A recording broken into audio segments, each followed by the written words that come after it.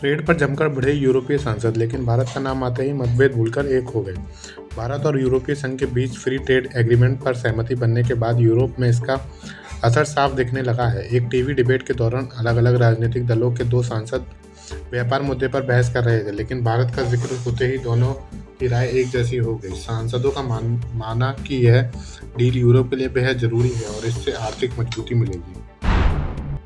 Trump का आदेश मानने से साफ इनकार, क्या वेनेजुएला की नई राष्ट्रपति को भी चुकानी पड़ेगी भारी कीमत? वेनेजुएला की नई राष्ट्रपति अमेरिका की शर्तों को मानने के मूड में नहीं दिख रही है। अमेरिका चाहता है कि वेनेजुएला अपने पुराने सहयोगी देशों से दूरी बनाए, लेकिन सरकार ने इससे इनकार कर दिया है।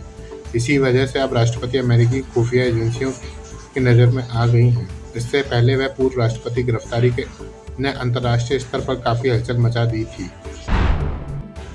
पाकिस्तान जाने से पहले 100 बार सोचें, किडनैपिंग और आतंकी हमले का खतरा, अमेरिका की चेतावनी।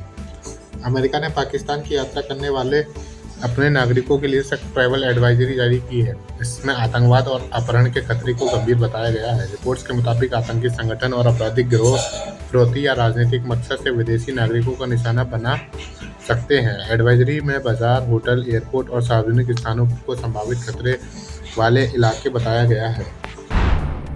भारत ने राजनयिकों का वापस बुलाया और तो बांग्लादेश बोला हम कुछ नहीं कर सकते।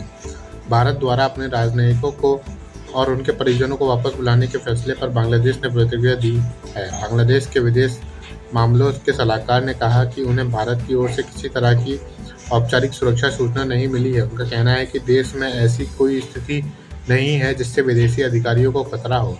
उन्होंने इसे भारत का आंतरिक फैसला बताया। चीन की पोल खोलने वाले नागरिक बना अमेरिका का मेहमान, मानवाधिकार उजागर करने पर मिली शरण। चीन में मानवाधिकार उल्लंघन को उजागर करने वाले एक चीनी नागरिक को अमेरिका में शरण मिल गई है। इस व्यक्ति ने नज़रबंदी केंद्रों की गुप्त रिकॉर्डिंग की थी, जिससे गंभीर मानवाधिकार हनन सामने आया।